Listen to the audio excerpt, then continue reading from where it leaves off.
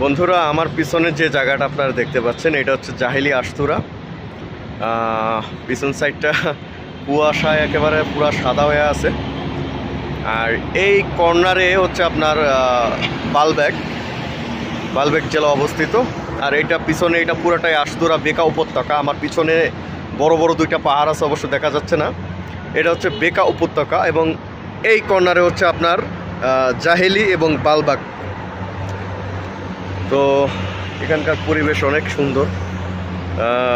তাপমাত্রা 6 ডিগ্রি, যদিও বাইরুতে এখন বর্তমানে 16 ডিগ্রি তাপমাত্রা। এখন আমি এখানে 6 ডিগ্রি আমার মোবাইলে শো করতেছে। খুব সুন্দর একটা পরিবেশ, খুব ভাল লাগে, দেখলে ভাল লাগে অবশ্য।